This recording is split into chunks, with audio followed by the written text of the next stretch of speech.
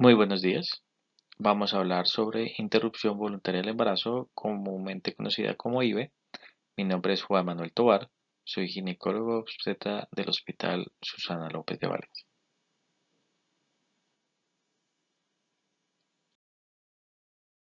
Cuando hablamos de aborto, hay dos definiciones básicamente. Una es la definición que tenemos por medicina y la otra la que tenemos en nuestro derecho penal colombiano. En medicina hablamos de aborto cuando se produce la terminación espontánea o inducida de una gestación entre 20 a 24 semanas con un peso menor de 500 gramos. Y en el derecho penal colombiano es la expulsión de un feto del vientre materno antes de la finalización espontánea del mismo. Por eso vemos dos definiciones bastante distantes en su componente principal.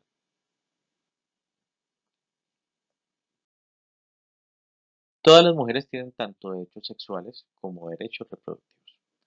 Dentro de los derechos reproductivos, toda mujer tiene derecho a decidir sobre el número de hijos e hijas que deseen y el espacio de tiempo entre los mismos. Además, derechos a acceder a métodos de anticoncepción, etcétera, etcétera. Por eso,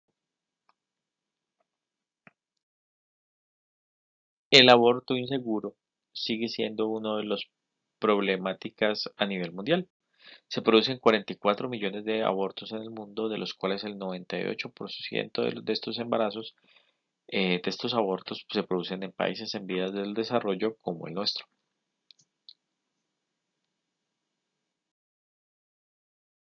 Por eso una de las metas del milenio era, la quinta específicamente, era reducir la razón de mortalidad materna en un 75%.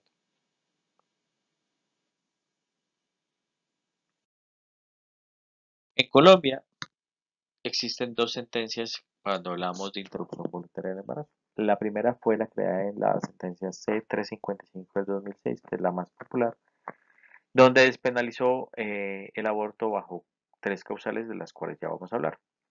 Esta se actualizó en el año anterior, en, en el 2022, perdón, en la sentencia C-055 del 2022, donde la Corte declara exequible la tipificación del delito de aborto consentido, en el sentido que no se configura el delito cuando la conducta se practique antes de la semana 24 de gestación, sin sujeción a este límite, cuando se presenten las causales que trata la sentencia 355 del 2006. La sentencia 355 del 2006 nos refiere que no se incurre en un delito de aborto cuando la voluntad o la interrupción se produzca en una de las en los siguientes casos. Causal de salud, que principalmente es afectación de la salud materna, una causal de una malformación fetal que sea incompatible con la vida y una causal de abuso sexual. Estas tres causales se siguen aplicando cuando el embarazo sea mayor de 24 semanas. La legalización no se realiza para que existan más abortos, se realiza para que existen menos muertes. Básicamente, ¿por qué? Porque al anteriormente ser una conducta penalizada, las pacientes acudían a centros clandestinos para hacer sus prácticas abortivas. Muchas de estas pacientes les colocaron radios de bicicletas, eh, cebollas, inyecciones de líquidos como detergentes, los cuales causaron sepsis y posteriormente la muerte. Cuando hablamos de violación, es cuando el embarazo sea el resultado de una conducta debidamente denunciada, constituida de un acceso carnal o un acto sexual sin consentimiento, abusivo o una inseminación artificial o transferencia de un óvulo fecundado no consentido o de incesto. Vamos a hablar primero de estas causales que son a partir de las primeras semanas 24, porque ya sabemos que antes de la semana 24 la paciente puede acudir a un centro solicitando la interrupción sin necesidad de explicar por qué lo desea hacer, ni la necesidad de requerir intervenciones por otras especialidades como trabajo social, psicología, para poder avalarlo. En cambio, las pacientes por encima de las 24 semanas sí requieren las tres causales. Por ejemplo, esta paciente de 13 años, primigestante con un embarazo de 25 semanas por FUR confiable. Fue remitida para interrupción voluntaria del embarazo. La ecografía muestra un crecimiento fetal normal, tiene pruebas de exámenes normales y la historia clínica describe que ya fue informado a la comisaría de familia y a la fiscalía. Este caso se trata de violación básicamente por la edad de la paciente. En Colombia se considera que toda paciente que esté embarazada por debajo de los 14 años se considera un abuso sexual. Está prohibido impedir que una mujer menor de 14 años exteriorice libremente el consentimiento para hacer la interrupción voluntaria, así los progenitores no estén de acuerdo.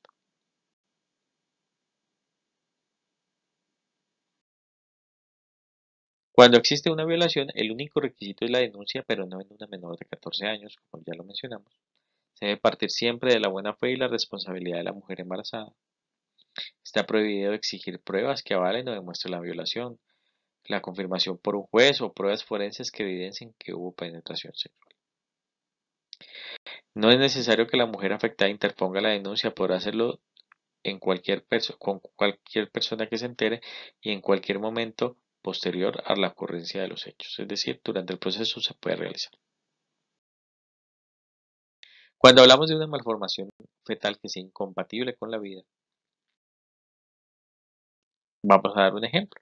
Verónica, 21 años, casada, 26 semanas por embarazo.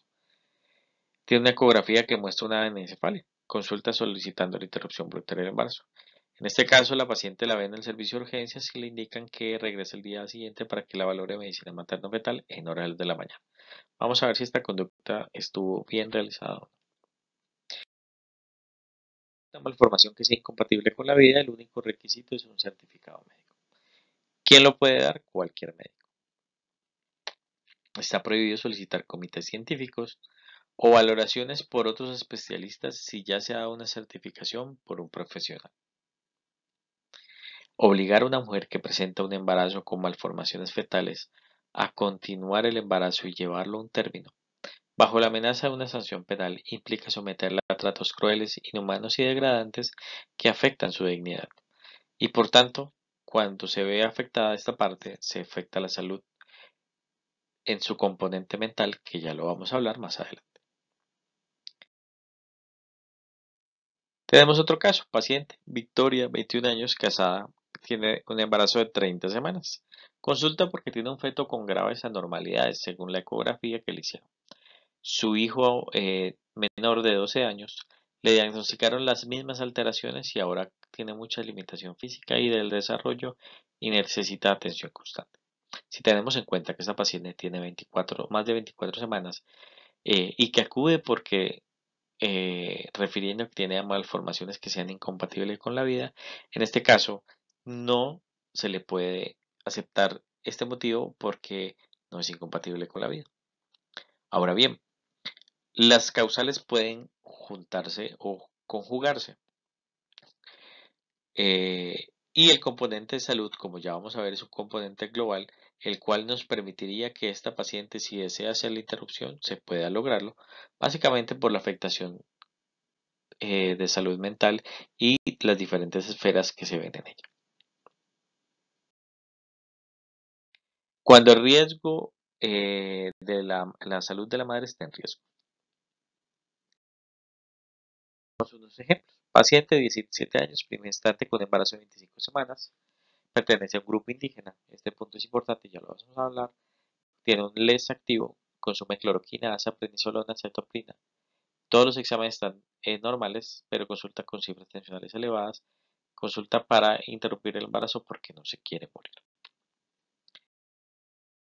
El requisito cuando existe una afectación de salud es un certificado que puede ser por un personal de salud, ya sea médico o psicólogo. ¿Y por qué entra el psicólogo? Porque vamos a ver que la salud tiene componentes adicionales cuando hablamos de salud mental. Puede ser expedido por cualquiera de los dos y se debe partir siempre por la buena fe y la idoneidad y los principios éticos del profesional que hace la certificación. En el caso anterior de la paciente indígena, la- las indígenas tenían una jurisdicción especial, unas leyes que las determinaban si se podía hacer o no la interrupción. Ahora bien, todas las EPS indígenas tienen población tanto comuneras como campesinas. Antiguamente se tenía que determinar a qué población hacía o, o hacía parte para que le pudieran avalar la interrupción y muchos de esos casos se veían. Pero en el año 2023, en octubre, la resolución número 536 de la Asociación Indígena del Cauca deroga eso. Y en uno del aparte importante refiere que todas las interrupciones voluntarias se les dará el cumplimiento respectivo sometiendo a la sentencia C-055 del 2022 de la Corte Constitucional, con lo cual la población indígena también puede acceder libremente a hacer una interrupción voluntaria del embarazo antes de la semana 24 o después de la semana 24 bajo las tres causales despenalizadas por la Corte Constitucional. Tenemos este ejemplo, por ejemplo, paciente de 23 años, gravidez 5, partos 4 con embarazo de 24 semanas, que consultó por una enfermedad diarreica. A su ingreso no había negado la gestación, pero por su estado evidente de embarazo le hacen un test de embarazo que sale positivo. Ahora informa que es una madre soltera que se separó de la pareja hace 6 meses, que él responde por la manutención y la crianza de su último hijo. Esta gestación tiene un patrón externo que lo desconoce porque tuvo relaciones bajo los efectos del alcohol. Estaba haciendo trámites para ligaduras, pero pues evidentemente no alcanzó y que no quiere tener un hijo de un desconocido y que además su situación económica es precaria. Cuando hablamos de salud, tenemos que tener en cuenta que la definición de la Organización Mundial de la Salud es la siguiente. Es un estado de completo bienestar físico, mental y social, y no solamente la ausencia de afecciones o de una enfermedad. Con lo cual el componente de salud es muy amplio y abarca muchos problemas. Cuando hablamos de causal salud es cuando la continuación del embarazo constituya un peligro para la vida o la salud de la mujer certificada por un médico. Hay que tener en cuenta que una vida no se salva con solo dejarla nacer, hay que tener en cuenta qué condiciones se dan para esa vida. Por eso la salud se divide en tres dimensiones: físico, mental y social. En el caso anterior veíamos una paciente en cuanto a lo físico, gravidez 5, partos 4, un periodo intergenésico de un año y primer paternidad. Todos estos son factores de riesgo obstétricos para que su salud se vea afectada. En cuanto a lo mental, es un hijo desconocido, eso obviamente la va a afectar. Y en lo social, es una madre soltera con una situación económica eh, angustiante que obviamente puede afectar estos dos componentes adicionalmente. Cuando hablamos de una dimensión física, el riesgo puede ser identificado en cualquier momento del embarazo. Las enfermedades que no pueden no recibir un tratamiento adecuado. Las patologías se pueden desencadenar durante el parto, como una paciente multípara que muere en el caso anterior. La afectación de la integridad física por violencia. Muchas veces de estas pacientes que continúan con la gestación se ven afectadas por violencia intrafamiliar. Y los efectos físicos sobre la salud por una mujer que tiene un feto con malformaciones. Este punto prácticamente podríamos avalar la interrupción en la paciente que tiene un hijo ya con malformaciones, pero que no es incompatible con la vida. La dimensión mental no implica una discapacidad ni una enfermedad mental severa y crónica. Miren, este punto es muy importante. No se requiere la presencia para la interrupción del embarazo. No requiere que la afectación suceda durante el embarazo, puede ser a posteriori. La angustia, depresión y dolor puede estar condicionado eh, por cómo surgió el embarazo, por una malformación fetal, por la obligación de continuar el embarazo y por las implicaciones de asumir la maternidad. Miren que es completamente amplio, lo cual prácticamente nos avala cualquier tipo de interrupción en cualquier momento de la gestación. En cuanto a la dimensión social, pueden generar vulnerabilidad o consolidación del daño de la salud mental. Miren que van en la mano uno del otro. Pobreza y marginalidad, pérdida del apoyo social, frustración derivada de no acceder a los servicios adecuados y la alteración del ciclo habitual que se ve principalmente en los adolescentes, que lleva a depresión, trastornos alimenticios y muchas veces a intentos de suicidio. Cuando tenemos un embarazo que ya esté previable o hablamos de un embarazo que esté entre las 22 y 24 semanas, muchas veces necesitamos, como ya saben, tiene que ser menos de 24 semanas y pesan menos de 500 gramos. Por eso cuando pesa más de 500 gramos o ya está dentro de la viabilidad o un embarazo tiene ya más de 24 semanas, es necesario primero hacer una reducción fetal in útero. ¿Qué consiste? Es cuando se utilizan medicamentos para la terminación del embarazo en edades que superen los 23-24 semanas, como nuestra ley. Se hace una inyección intramiótica que se coloca una inyección de cloruro de potasio o de digoxina a nivel intracardíaca fetal o a nivel del cordón umbilical, produciéndole una arritmia cardíaca fetal que sea fatal. Y además de eso, posteriormente ya se hace el protocolo normal para la expulsión del producto. ¿Cómo es la aplicación de la ley? El servicio de interrupción del embarazo debe prestarse en todo el territorio nacional. Las IPS donde tengan el convenio deben darlo por urgencias o por cualquier ámbito. Tiene que estar disponible en todos los niveles de complejidad y si no se incurre, se puede llevar a sanciones.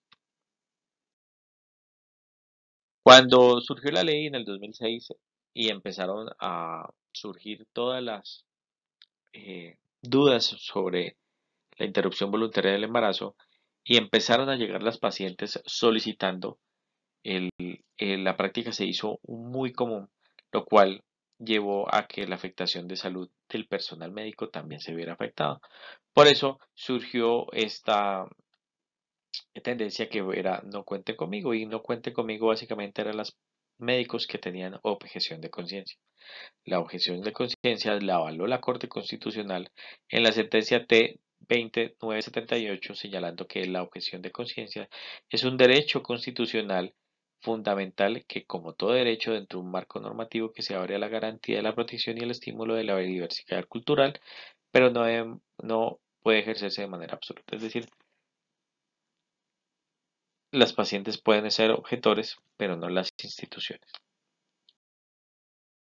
Es una decisión individual y no institucional. Aplica exclusivamente para prestadores directos, es decir, médicos. Es una ley de todo o nada, es decir, usted siempre es objetor o nunca es objetor o no. Básicamente para que no sea objetor usted con sus familiares y no con las demás personas o algunos casos que se presentaban así. No se puede negar o ocultar información ni coartar la voluntad de una gestante ni persuadirla. Se incurre a sanciones cuando usted le dice cómo se le ocurre o por algún problema religioso persuadir a la persona de que tome otra decisión. Debe referir inmediatamente a un prestador que no sea objetor dentro de la misma institución o a otro acceso que sea fácil.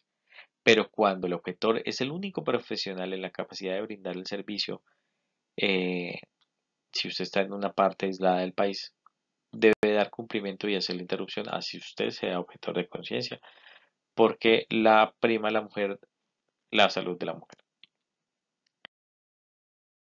Modelo para hacer la objeción de conciencia, usted coloca sus datos, sus causales y lo envía a la institución como al Tribunal de Ética Médica para que se determine que usted sea que es objetor. Por otro lado, cuando usted va a hacer la interrupción voluntaria del embarazo, haber un consentimiento para las gestantes para que se le explique cómo se debe realizar el procedimiento y bajo qué condiciones. Y además de eso, se debe haber una celeridad en la prestación del servicio del mismo. Este es un problema que tenemos cuando ya tenemos el embarazo mayor de 24 semanas. ¿Por qué? Ya lo vamos a ver. Se debe realizar en lo posible dentro de los primeros 5 días siguientes a la solicitud, previo consentimiento y la presentación de los certificados en los que se requiera cuando sea mayor de 24 semanas. Ya sabemos que en menores de 24 semanas no se requiere ningún certificado. Ahora bien, la ley nos pide que exista celeridad, pero cuando hay casos que requieren reducción fetal in útero, esta celeridad muchas veces se ve afectada porque en muchas de las ciudades no se realiza la reducción fetal in útero, sino que esas pacientes deben ser remitidas. Y muchos pacientes duran mucho más de 5 días, semanas o meses esperando esa remisión. Usted tiene la primera consulta de una paciente en su control prenatal, debe dar información de la que hace, qué es una interrupción voluntaria del embarazo, qué es un derecho, debe hacer una valoración de la salud física, mental y estado emocional, confirmar el embarazo, toda la solicitud de interrupción debe quedar consignada, los requisitos que usted requiera, la anamnesis, determinar las redes de apoyo emocional que tenga la paciente, el examen bimanual para determinar la posición del útero y el tamaño, para clínicos de control como clasificación, hemograma para mirar si hay anemia, VIH, serología, pero en ningún caso los exámenes que usted le solicita a la paciente pueden ser una o constituir una barrera para que se produzca la interrupción voluntaria del embarazo. Cuando existe más de 24 semanas, tenemos que tener en cuenta que la paciente requiere una orientación. Se debe tener un apoyo por psicología y trabajo social. Eh, Ellos dan el apoyo emocional, la identificación y la movilización de conflictos. No intenta imponer valores o creencias, no pretenden aconsejar, solamente determinan cuál es la conducta a seguir, por qué lo desea hacer y identifican si hay una coerción o si alguien la está obligando a hacerla. Se debe informar siempre cómo es el procedimiento de la interrupción voluntaria y cómo se va a realizar para que la paciente libremente escoja el método. En Colombia nosotros normalmente utilizamos las dosificaciones que nos explica la FIGA para la interrupción voluntaria o el aborto inducido. Cuando tenemos un embarazo menos de 12 semanas se puede hacer ambulatoriamente. Se da una dosis de mifepristona de 200 miligramos, se espera 1 o 2 días y luego se da una dosis de misoprostol dosis única. Cuando tenemos embarazo entre 3 y 17 semanas, hablamos de la misma dosis de mifepristona, esperamos 1 o 2 días y posteriormente misoprostol 400 microgramos cada 3 horas hasta que se produzca la expulsión. Entre 18 y 24 semanas, mifepristona una dosis de 200 miligramos dosis única, esperamos 1 o 2 días y luego 400 microgramos cada 3 horas hasta la expulsión. Entre las 25 a las 27, 200 miligramos de mifepristona y esperamos unos 2 días y después 200 microgramos de misoprostol cada 4 horas hasta la expulsión. Y en embarazos mayores de 28 semanas, la misma dosis de mifepristona de 200 miligramos. Esperamos unos 2 días y damos dosis entre 50 a 100 microgramos de misoprostol cada 4 horas. Posterior a la expulsión, siempre hay que recomendarle a la paciente que se realice eh, un la planificación familiar. Tenemos que tener en cuenta que cuando tenemos primero, segundo, tercer trimestre y que sea un aborto séptico, ¿qué condiciones podemos? Los hormonales o inyectables o mensuales se pueden utilizar todos, son categoría 1, de solo progestágeno, te pueden utilizar cualquiera, inyectables trimestrales o implantes se puede colocar cualquiera. Dispositivos hormonales y de cobre solamente no lo colocamos o está contraindicado cuando tenemos un aborto séptico porque una infección local y los métodos de barrera todos se pueden utilizar. Toda paciente que se realice una interrupción voluntaria del embarazo debe salir con un método de planificación familiar. La otra posibilidad que usted tiene para hacer es el AMEU. No requiere un seguimiento adecuado de la paciente, es un método invasivo básicamente que se utiliza en algunos casos en algunas instituciones externas. En nuestra institución lo que hacemos inicialmente es realizar el manejo médico y posteriormente la paciente, si requiere, la podemos llevar a una AMEU o la llevamos a un legrado en el caso de que el endometrio sea lo suficientemente engrosado. Hablamos por encima de 20 milímetros para llevarla al legrado. Por debajo de 20 milímetros, según la COP, ya se considera un aborto completo y solamente requeriría un manejo médico adicional o solamente una conducta expectante y esperar hasta una semana para hacer una ecografía de control. A las pacientes que se citen posteriormente se citan las 48 horas después de manera ambulatoria, pues se citan las 48 horas para hacerle el seguimiento o a las 72 horas. ¿Qué complicaciones podemos tener? Hemorragia, un hematometra, la perforación uterina cuando hacemos procedimientos invasivos, infecciones, que haya una evacuación fallida, que haya un desgarro cervical cuando llegamos al legrado, reacciones anestésicas y siempre la salud mental de la paciente. Recordemos que muchas de estas pacientes que realizan interrupciones del embarazo se afecta su salud mental posteriormente porque algunas se arrepienten del sucedido o su salud mental se afecta durante el proceso de la expulsión y el procedimiento médico como tal. Por eso es importante que nuestras instituciones siempre tengamos la prevención primaria, que es el acceso a la planificación familiar, que todas las pacientes tengan acceso a planificación familiar y por eso las pacientes que hagan interrupción voluntaria deben salir con un método de planificación familiar. La prevención es el que el primer control prenatal se informe sobre IVE para que si se va a realizar se realice tempranamente. Y la prevención terciaria sería la información, el apoyo y la orientación emocional, buscando que esa paciente tenga una eh, buena recuperación a nivel emocional, psicológico y su salud mental no se vea afectada.